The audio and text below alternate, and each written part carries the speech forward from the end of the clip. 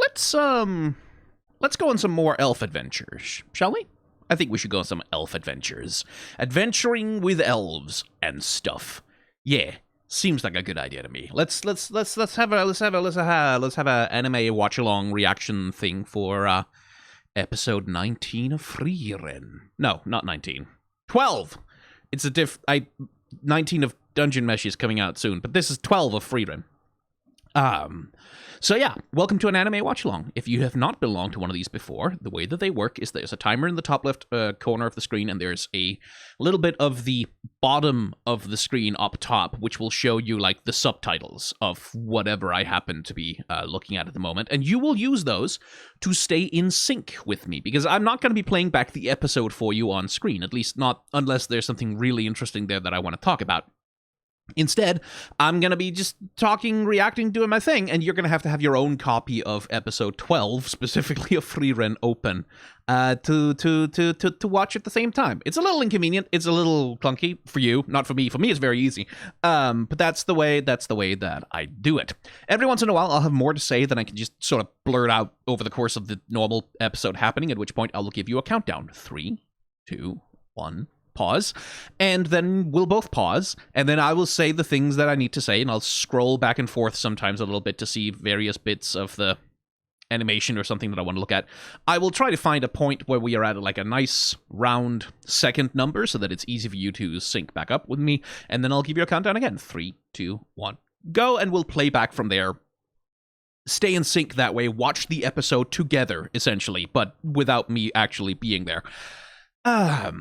That's the way it works, and if that is more or less clear to you, I guess we're just, yeah, let's just go. Let's just do it. 3, 2, 1, go.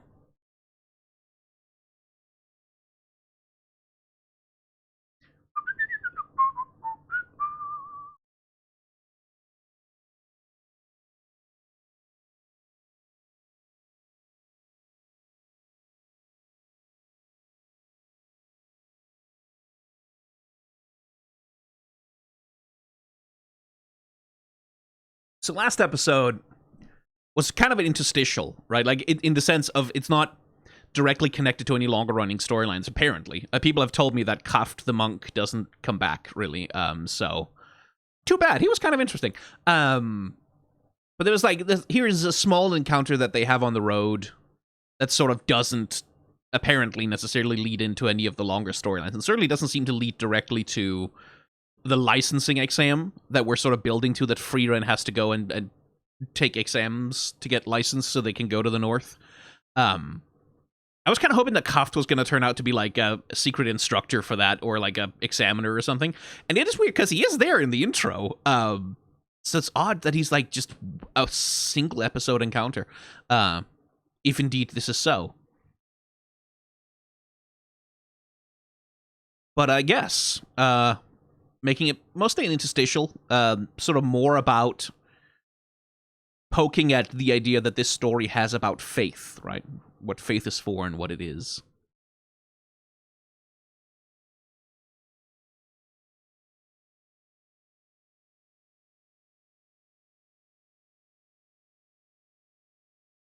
Did you wake her up too early in the morning again, Frieren?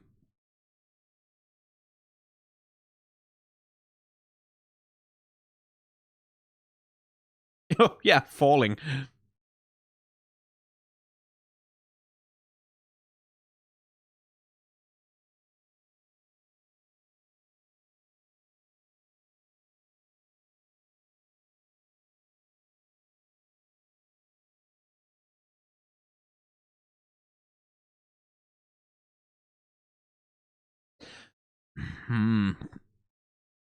Okay, 3, 2, 1, pause. I do like that Frieren is apparently a little possessive of Frieren, but also,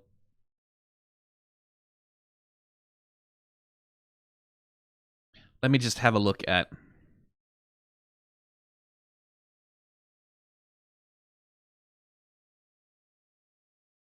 Yeah, because that's like...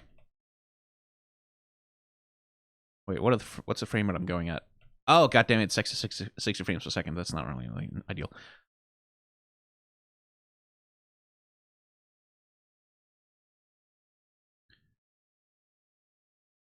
It's like there's something weird about Stark's wiggly fingers here. Like, it's an odd gesture. And I think it's supposed to be a little bit off-putting, so that you're sort of on Fern's side when she says, no, actually, I'll carry her. With, like, that blank expression and the, That's quite good, though. Okay. Just a moment. I need to make a small edit to a thing. Would you kindly swap over to 30 frames a second? Thank you.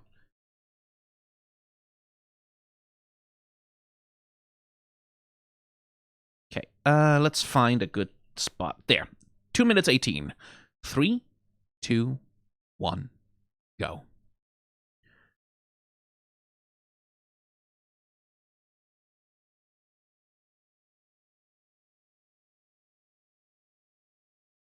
Partly like Fern feels responsible, right, for Frieren. In the same way that she felt responsible for Haita.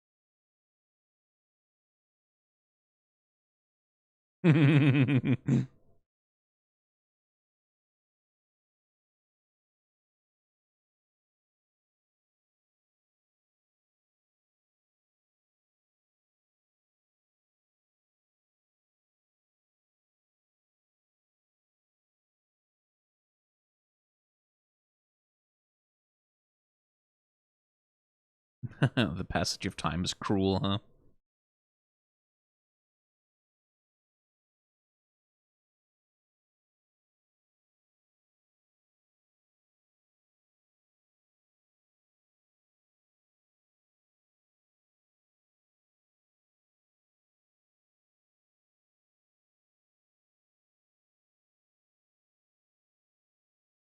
Memories, huh, Frieren?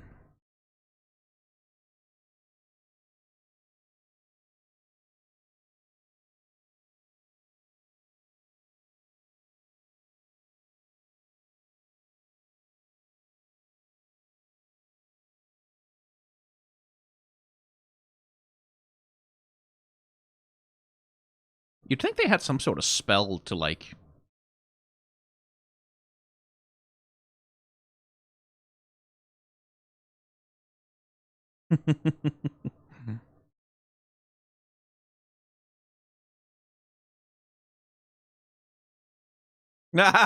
Repeating the gesture.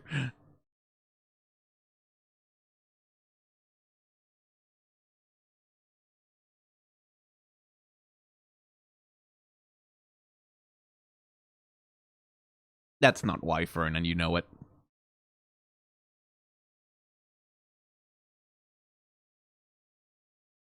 Hmm.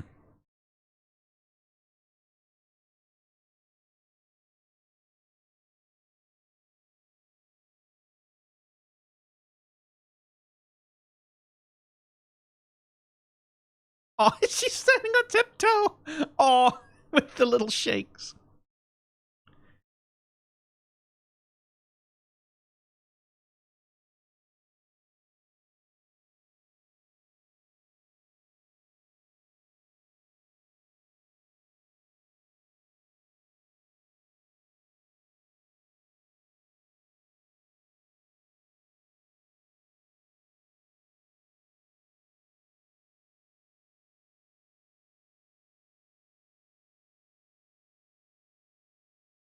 Real Legend of Zelda vibes to that little drawing.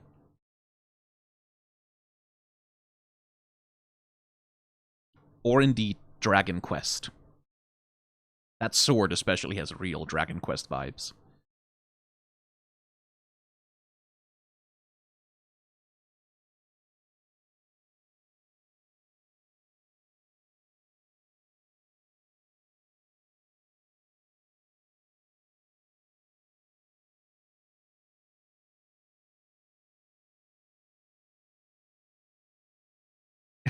Hyder never mentioned it, huh?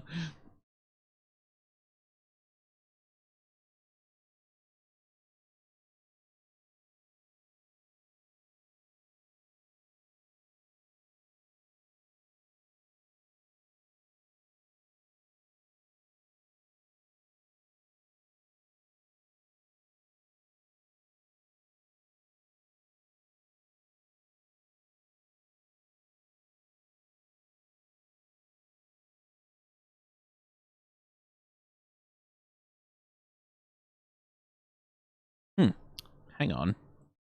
3, 2, 1, pause. Oh, the subtitles on this one appear... they're taller up than the... Okay, hang on. That annoys me. Because I don't want to put any more anime on screen than is absolutely necessary, but, that means I can cut something from the bottom, I guess. God damn it, I'm gonna have to readjust that for Dungeon Mesh. Yeah, okay, well, that's annoying.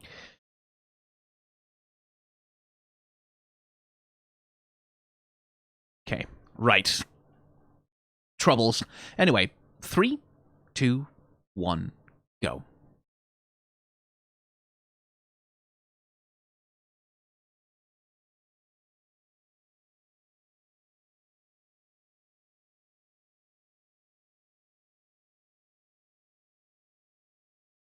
Are we getting some, ooh.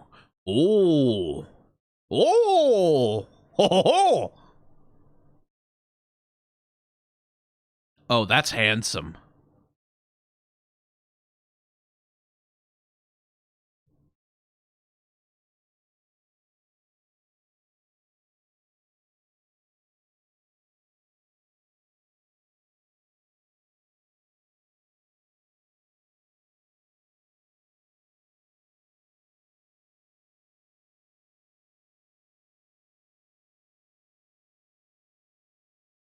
Lord of the Mountain in there, I guess. Ooh. Oh, there's gonna be some stuff to talk about here.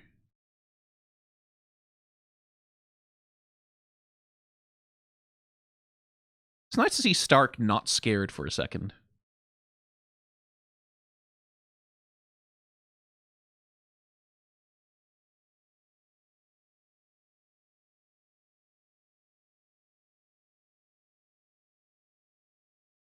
Ooh, cool design on that one.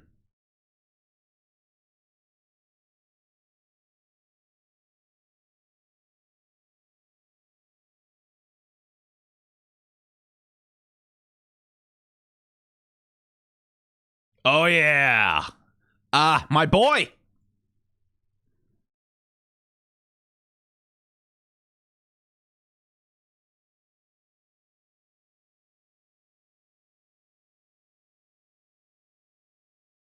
Boom. Okay, 3, 2, 1, pause. I need to hold on. Especially those combat animations from Stark. But just like, what a nice design in general for that wolf. I quite like that, because it's like, it has the thing that like dogs and wolves have, like where it's showing its teeth out of aggression, but then also like the gums are just like, oh, that's too big, too fleshy. Like not in a way that's like completely unrealistic, but it's like, oh, and then like the teeth that are like these rows of horribly sharp things, and like all of the fucking wrinkles on its face as though it's made of clay almost. That's like a nice monster design.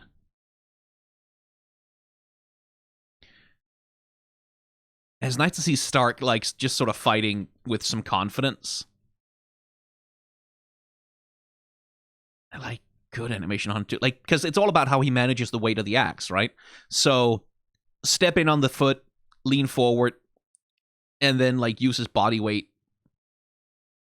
to pull the axe into the curve, and then up and over, and like twirling it around himself like that. So that it's both like an attack and a dodge. Like, really nice use of speed. Like, you can see how here, even, like, to really emphasize the speed of the axe, they render the shaft invisible in his hand for just a second. To sort of emphasize how fast it's moving. And then, like, this little spin around move, where he sort of transfers the axe from one hand to the other, and then back into a combat position, ready to respond to the next one. And it's all like he's dancing with his axe almost, right?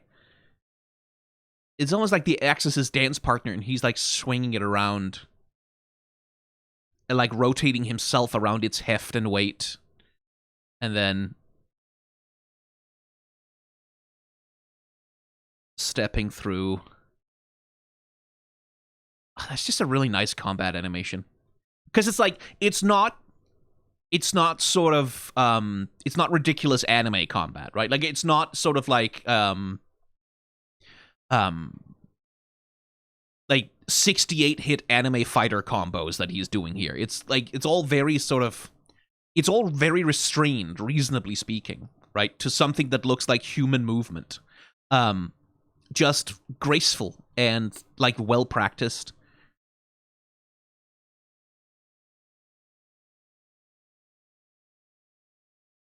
Like doing a little twirl, and you can see how they even like they bend the shaft of the axe whenever they need to accentuate the motion into a little twirl, and then a bit of coyote time. So coyote time is a concept basically like we suspend gravity when it is convenient to the motion or the story that we want to tell, right? And it comes from when Wile E. Coyote runs over a cliff, and he keeps running and running and running, and then he realizes, oh, wait, there's nothing under my feet, and then he falls once he notices it. That's coyote time. That's the time you have, like, where a character can defy physics for as long as it makes sense for a joke or a gag or for a bit of storytelling. So Stark can jump into the air and just kind of stay there for a bit. Plenty of time, like, to like adjust into position, wheel the axe over his head, and then let it come down once the enemy is in range. And I do like, again, like that the axe comes down, no over-the-top anime effects on it, but also that his legs are splayed out like that, and you can see how he kind of has to catch himself and his weight in order to catch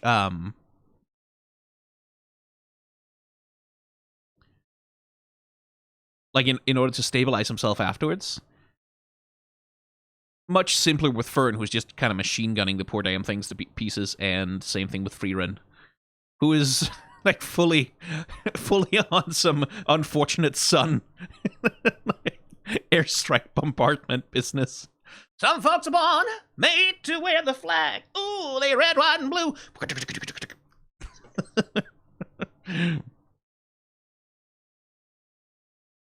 Oh, hey, the sword. Skip the head there by accident a little bit.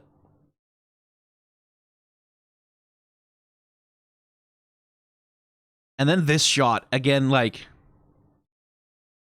this doesn't seem super impressive. And that's because, like, it's not like an impossibly difficult shot to animate, but, like, one of the things I really like is, like, you notice the level of detail that they're working with on Frieren here. Right, where very far away, she's sort of very roughly drawn, right? Like, with just barely, like, little dots for eyes in her mouth. And then, as we close in, the animators begin rendering more and more detail on her, like, gradually, like, judging how much detail is needed from this distance, without muddying it, right? Out here, the scarf is basically just, like, 3 little rectangles sat next to each other. And then as we get, now we get to see the folds and the fabric, and it gets more and more complex, and we get to see more and more of the frills and stuff. And then, like, once we get in close, like, we really get to, and that's another part of, like, animation discipline is, like, it's like knowing how much work you need to do for a particular shot. Like, because for that one, not that much. For that one, a little bit more. For that one, a little bit more. For that one, a little bit more. Like, But like good judgment on that is like a crucial animator skill, right? Like it's not just about being able to draw as good and as detailed and as beautiful as possible. It's also about knowing when not to do that. And I just appreciate like seeing that handled well.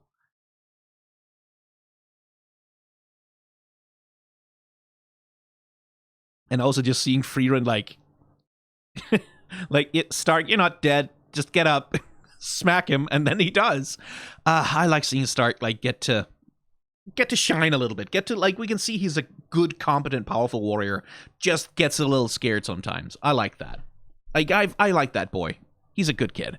Anyway, let's head to 9 minutes 14 seconds and say 3, 2, 1, go.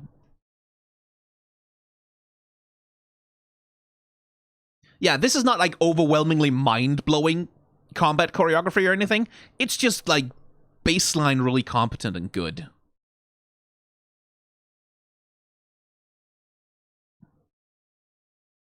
I really do like how Stark fights. Like that it's not just swinging the axe, but it's like dancing with it almost.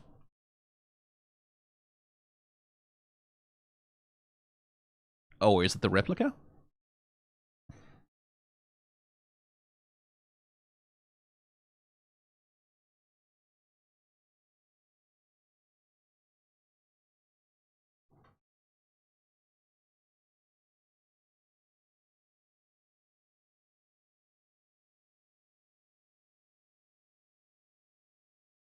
Oh, I like that.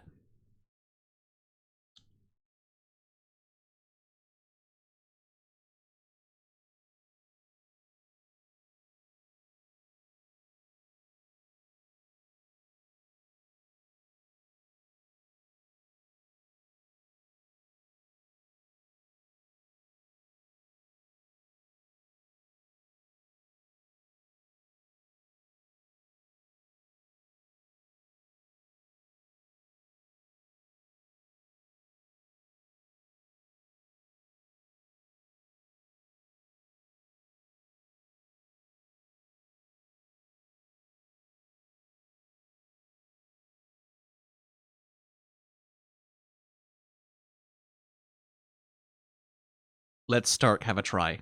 Come on. Let him do it.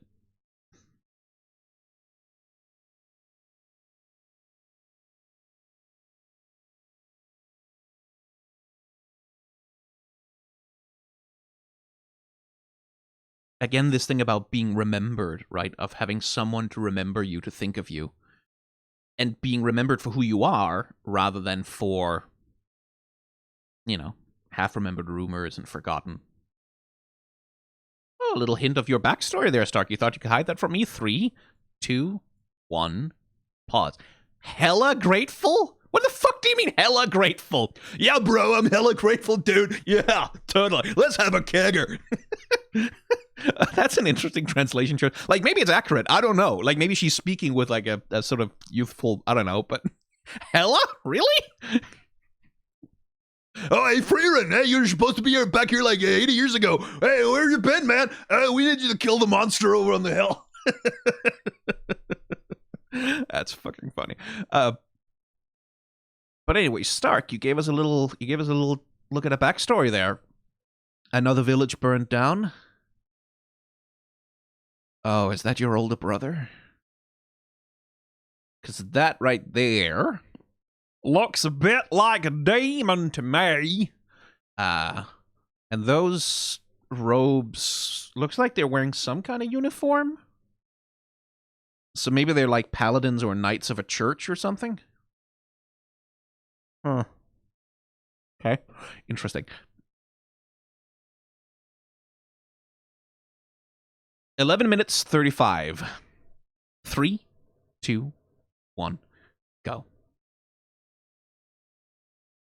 Oh, your grandmother. Yeah, like, hey, little granddaughter kid. When Frieren comes along, just tell her like I'm hella grateful.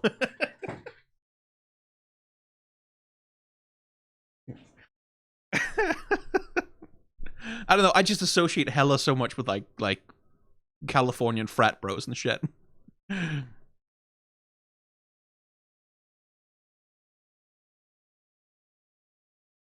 Another nicely designed town.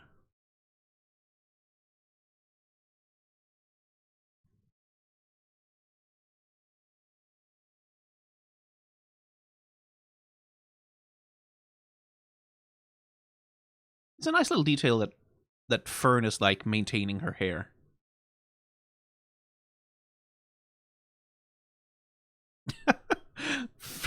Frieren with the little leg kicks. Aw.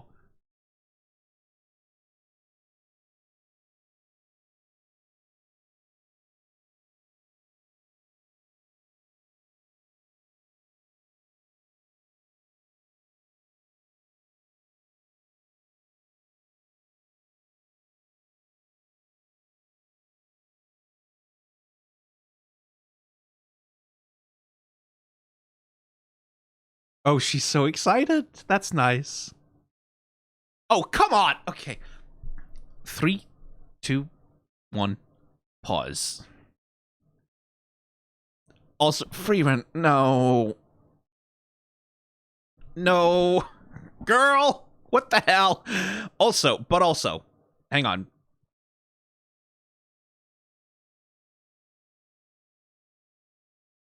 Let me just have a look at...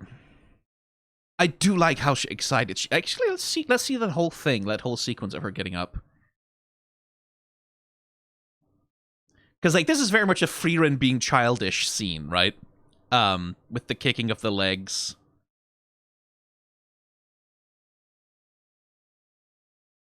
Like, the look over the shoulder kind of thing. That's, like, a nicely done... I was so worried they were going to do a fucking panty shot here or something. They wisely decided against it. But, like, that we get, like, the little handspring... Or the little sort of getting up motion there, and, like, she jumps off.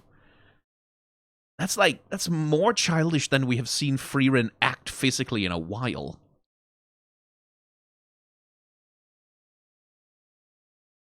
And I like that little gesture. Like, she jumps down, whoop, she lands, and then she's insistent on staying there. She doesn't want to move her foot forward again, so you can see, like, she has to kind of catch her weight by hitching up on her toes, and then she sort of gets down on the knees to... I don't know that ankles are supposed to do that, though? Is that... Do people's ankles just do that? Like, do they just turn... Can you just... Okay, let me know in the comments if you can sit like that without breaking your foot, because that... that's flexible. Ow, Jesus. But I really like the energy and the childishness of her animation here. I also... That's a Ghibli-ass suitcase right there. That's some...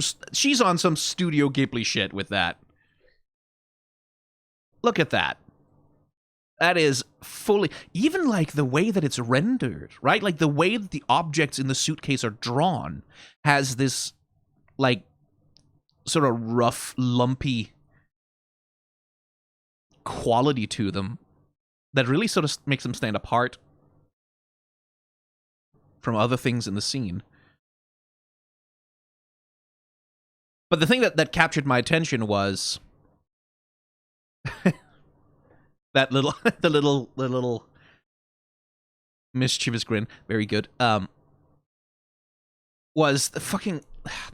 I've talked about it a million times, do I need to talk about it again? But the little flex, just the little flex of she's throwing all these objects, and these are complicated fucking objects to draw, like with the fucking jug. Well, that's relatively simple, it's mostly a round thing. But like the handle, and then like the fucking brushes, and then the disc, and then the book, just like all being rotated in 3D space. The fucking fan thing, whatever the hell that is. Look at all those objects just like being flipped and rotated and kept consistent shape-wise as they're going through the air. What a lovely little bit of energetic animation.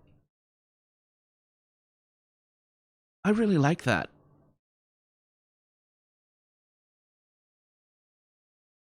But Frieren, what the fuck, girl? What are you doing? 13 minutes and 6 seconds. 3, 2, 1, go.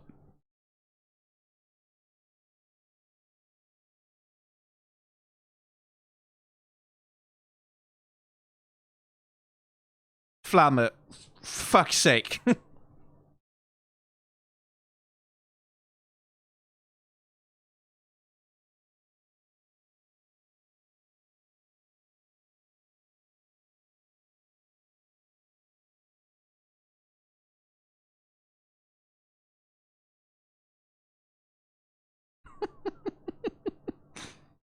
I like that scene is played with no, like, perversion.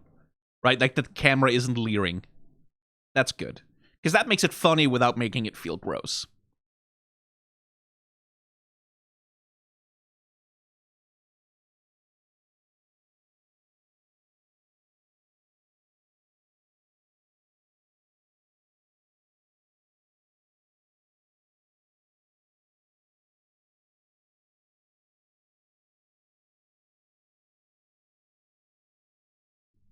I don't think Stark is necessarily going to notice very much of anything.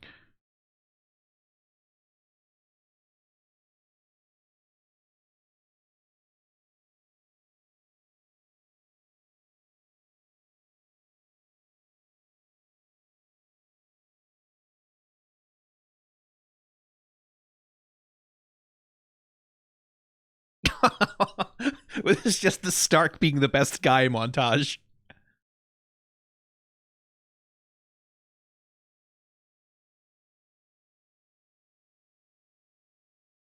Oh, good kid.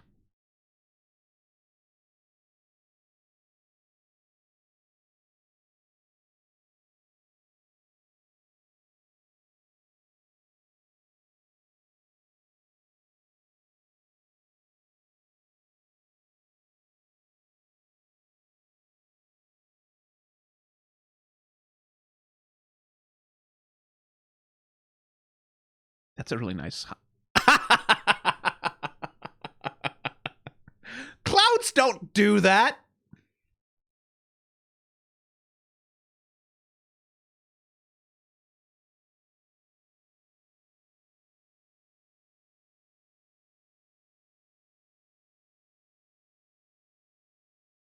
Just find it amusing.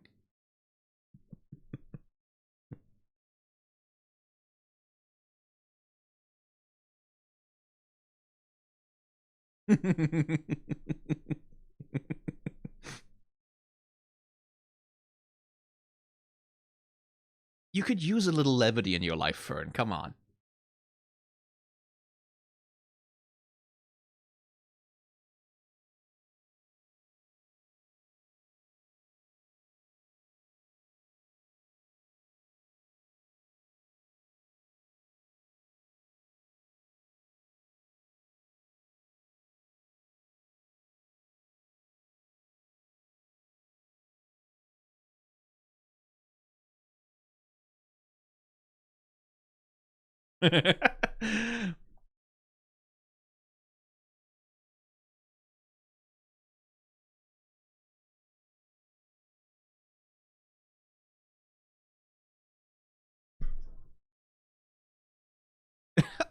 It should say something that Stark doesn't seem to know about birthday presents.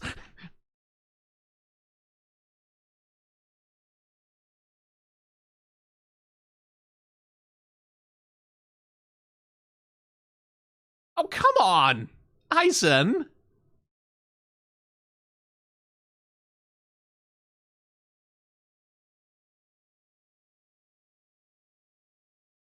Jesus.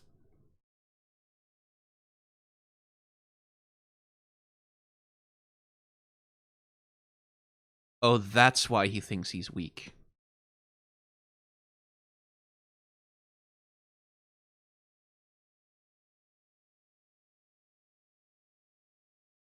Stolz. Is that proud?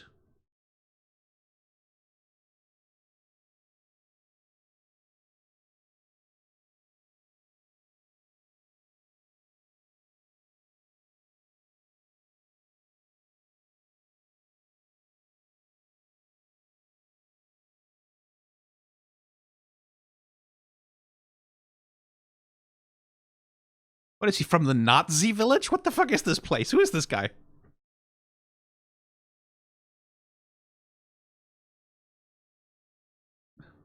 Ja, das 5-year-old has not been strong enough to kill the monster, nein!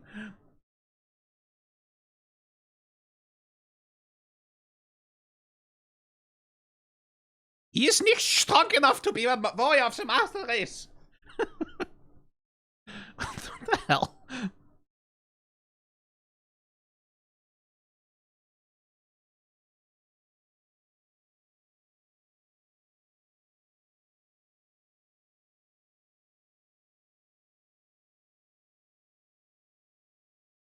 Demons? Demon. Okay. Singular.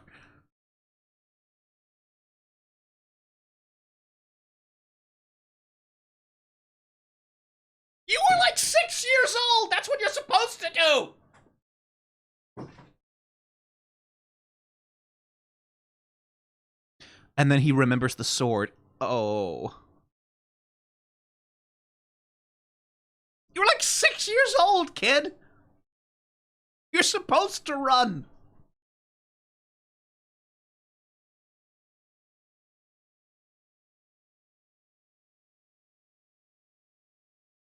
This is true, by the way.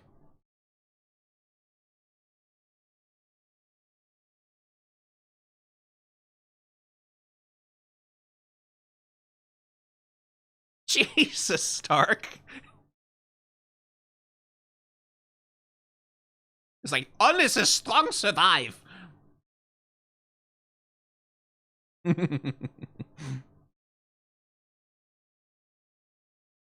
Oh, the hands. The hands. Are we teasing a romance?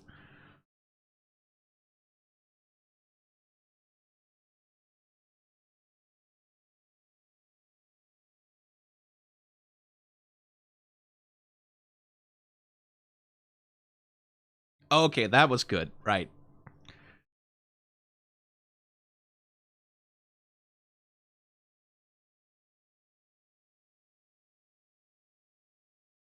Oh, that's rich coming from you. Yeah, okay.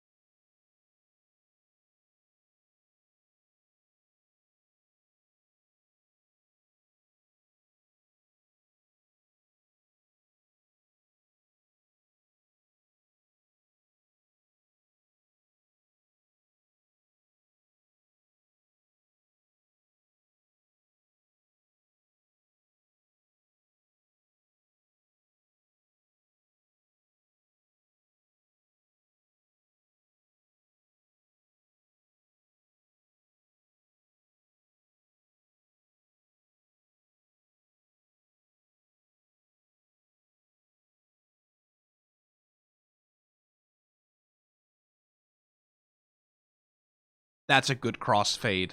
That Stark is like the inheritor of his brother.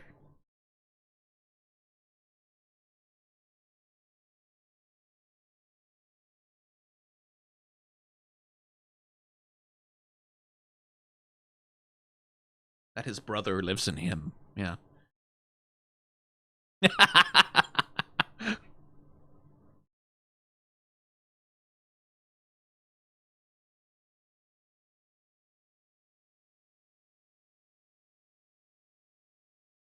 All my compliments to the direction of that scene, by the way.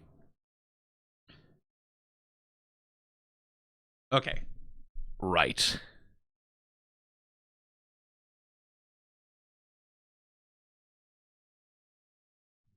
Because that's a difficult thing to correct to make the emotionality of it land correctly.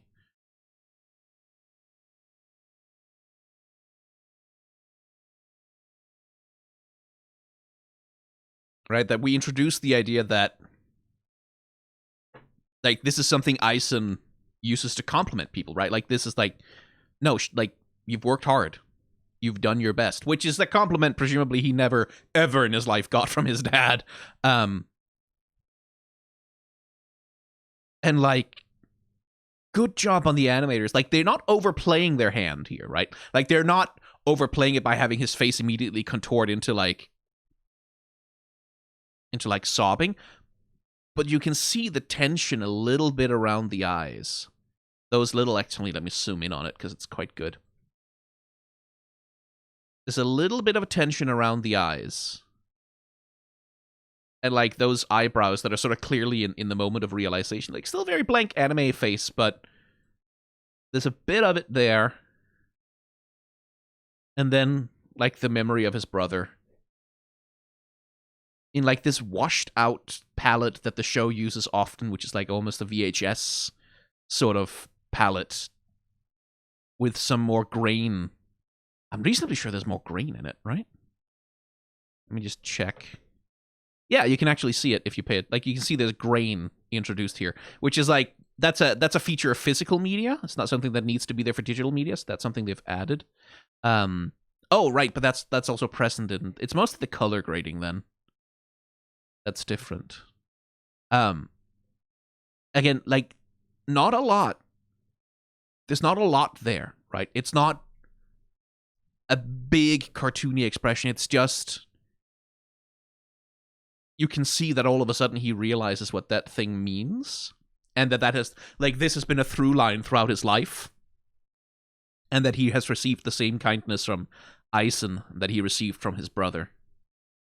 And then that reframes the memory, right? Like, because the way that he thought about it was, I'm a useless coward weakling who ran away when I shouldn't have. And then this brings up the other memory, which is that his brother told him to run because he loves him, right?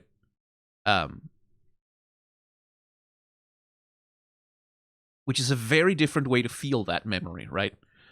Both things can exist together at the same time, but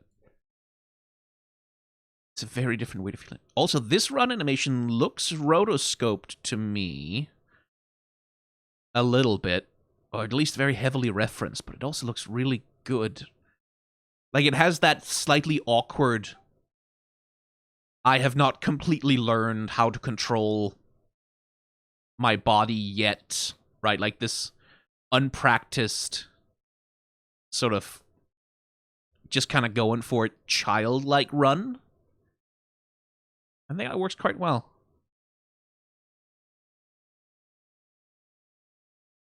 And then crossfading from Stoltz to Stark. Like, as a visual thing of like, no, like, Stark is carrying on who his brother was, right? And we see that. Like, also, that's part of the point of the episode, right? Is that we see Stark going out of his motherfucking way to be kind to people, right? To help them, to be nice, to be sweet to children, to be good to old ladies, right? And this is where he got that from, right? His father, for all that he tried, could not make Stark cruel. But his brother made him kind. Which is like, oh, that's good. Like, that, playing that out for a scene and making that land emotionally, when realistically, like, it's only the last, what? Yeah, it's like only from, like, 11 minutes, so you have, like, 11 minutes to do it in before the episode is over, and then using the sword also, like, as this one of Stark's big sort of problems as a person is his inferiority complex, right? That he never feels good enough, never feels strong enough, that he's a coward, like, he's scared, which I think is one of the marks of a hero, is a little touch of cowardice, because otherwise what is there to overcome, right? And then as he, like, the little cutback when he thinks of running away, cutting back to the hero's sword from his perspective, like the way that he saw it in the cave, as this thing that's almost sitting there and judging him. Like, because the sword, of course, like, judges whether or not someone is suitable to be a hero. That's, like, very effective use of that little moment of imagery. So that we get inside his head, right? Like, we understand how he thinks of himself, right? And also, like, it just makes it, like, even more tragic and funnier when he doesn't know what a birthday present is, and he's like, "What's a yeah, it's my birthday. Oh, okay, like, but why do you what does that have to do with what I want?" It's like literally just this poor kid is like, "Yeah, but what does that mean? I don't know." Like, Jesus Christ, Stark. I guess just like, oh yeah, by the way, I'm a puppy, and people kicked me every single day while I was a puppy, and set fire to my tail and spat in my ears. What the hell kind of a horrifying backstory is that to just dump on us like that? Jesus. God damn it, Stark. You adorable little puppy dog moron. And, like, if they are hinting at a romance here, which, a shot like this, it's, like, hard to see it any other way, I gotta say. That, like, they're not ready yet, there's still a distance between them, but that they are getting closer to each other. Like, a shot like this is a shot that's just begging for, like reach out and hold hands, you motherfuckers. Where they're so close, but they're so far from each other. That does make sense, because, like, what Stark has that Frieren doesn't is levity, right? Happiness. Like, the ability to see the light side of things, to like, think in terms other than duty, and this is what I'm supposed to do, and, like, taking things seriously. Like, that's at least that's how I read the scene with the clouds, is that, hey, that cloud looks like boobs. Oh, that's a poop! Like, he thinks that's funny, he thinks that's sort of joyous, and Frieren doesn't really know how to have fun. And, like, it's obvious that Stark has something to offer her there, right? Like, and that, like, her steadfastness and her belief, like, her faithfulness, and her strength of will is something that Stark needs very badly in his corner, right? Because those are qualities that he has trouble seeing in himself. So, like, as a romance dynamic, it's clear. Like, there's a clear... These are not characters who are just like, oh, boy, girl, therefore romance happened. Like, they're characters who have something to offer each other, right? Who would both get something out of a relationship as people. So I'm not opposed to that at all. I think that would be delightful. Also, I'm fucking hungry. Fuck me, those steaks, man. They look delicious. So, what are we getting here?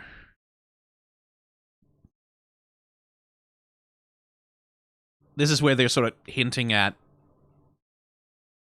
whatever happens in the next episode. I can't really parse. It's an aversion to my own kind, I guess.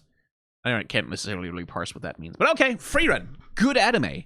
Like, this is a low-stakes episode, right? Like, it's like, not a lot happened there, particularly. We got some world building. We got a little bit of sort of backstory about, like, Himmel never drew the sword, which is like, oh, okay, shit. It's kind of fucking sucks that they didn't include that as part of his story, because it seems to me that the story would be more inspirational if you told people, like, hey, anyone can be a hero. You don't need to be the magical chosen one who wields the superpowered sword in the cave thing.